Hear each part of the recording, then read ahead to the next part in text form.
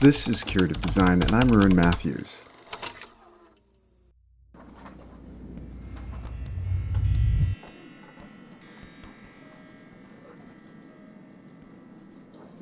In commemoration of both the Year of the Nurse and Florence Nightingale's 200th birthday, I was hoping to dedicate the next 3 episodes of Curative Design to not only this towering figure in healthcare history, but also the profession of nursing itself. In the first episode, I'll share a few insights about the adversity that Florence faced while growing up as she navigated her way to her ultimate and noble purpose of healthcare. In the second episode, we'll take a deep dive into just one of the many areas that she pioneered, a space that I have a great deal of love for, data visualization. And lastly, we'll conclude with a few observations around the role of the mighty modern-day nurse, delving into a specific role called the house supervisor and how this special legion of nurses keep America's hospitals safe every night. If any of that sounds interesting to you, please like, share, and subscribe to be notified when the remaining episodes are released. Let's get started.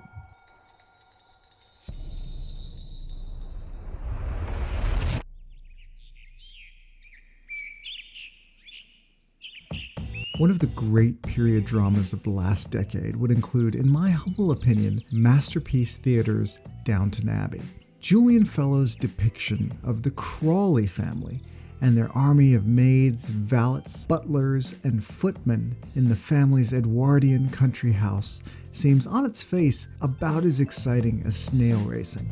Isn't this terrible? However, given a chance, the strength of the character development and the relationships forged through 6 seasons and eventual film cemented as a masterclass in historically accurate narrative fiction. Instead of simply describing Florence Nightingale as many, much finer writers have done in the past, I thought it might be interesting to paint the picture of Florence via the metaphor of 2 characters that appear in the show that happen to be nurses.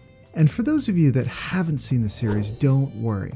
These allusions are broadly applicable, but please consider this a solid recommendation to catch up with the show. Now, I don't have independent confirmation of this from the show's writers. However, I like to think that the characters of Sybil Crawley, the youngest of the 3 Crawley sisters, and the matronly professional Isabel Crawley were both inspired to some extent by Florence Nightingale, representing perhaps different phases of her life and work. You see, Florence was born into a family not unlike the Crawleys in terms of social stature. Wealthy, upper class, and privileged. The singular purpose of a young woman's life back then would have been to obtain just enough education to be able to initiate and engage witty banter with appropriately classed suitors and subsequently wed into another family of stature. Indeed, this is depicted through young Sybil being gently frowned upon for seeking out opportunities of service as a bedside nurse at a young age. During this time, it would have been considered unseemly for a woman of noble birth to demonstrate an interest in the tradesman profession that was nursing. I want to work at the hospital. We don't have to talk about it now. Florence's early years were strikingly similar. By 19th century standards, she had been given a man's education, but not the freedom to act on it, leading to a profound sense of despair. "My present life is suicide," she wrote in 1850. "I have no desire but to die." Pretty profound stuff, and suggestive of a possible early bout of depression. Her turning point came when she chose to reject the convention of marriage and, believing that she had heard the voice of God, decided that her destiny lay in nursing. But I am sure. How many times do I have to say it? Her family were appalled at her decision and bitterly opposed her, refusing her wish to nurse at the Salisbury Infirmary. It is this refusal that may have given birth to Florence's steely resolve, which she would be renowned for in later years.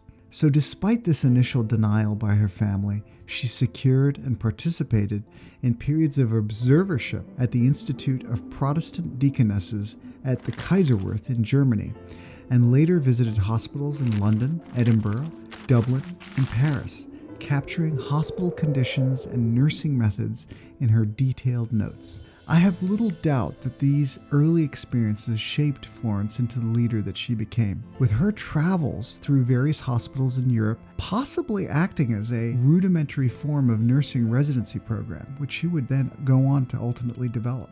And this may have primed her to seize upon the opportunity to lead a delegation of nurses to assist with the care of soldiers in a frontline battle infirmary during the War of Crimea. It is fair to say that this event would change the trajectory of young Florence's life, the details of which we'll cover in the next episode.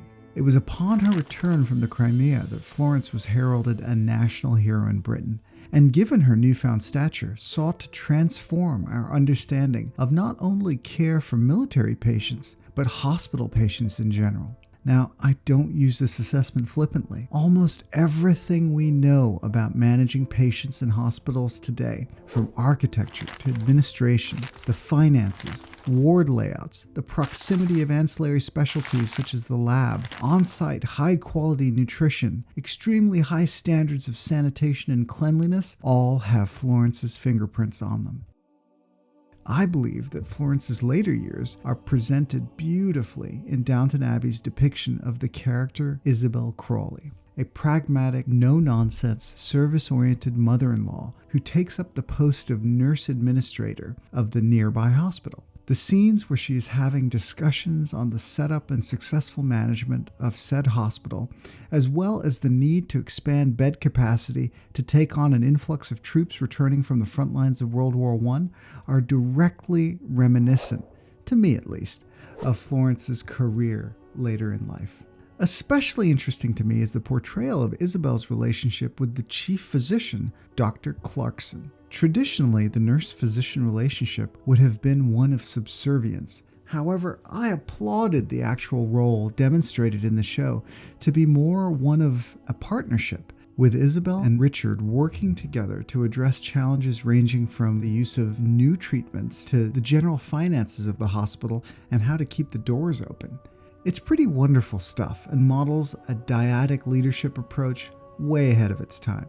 Isabel does all of this while tolerating the Dowager Countess's withering barbs on the lowly nature of nursing, which is what I'm sure Florence would have had to have overcome during her time also.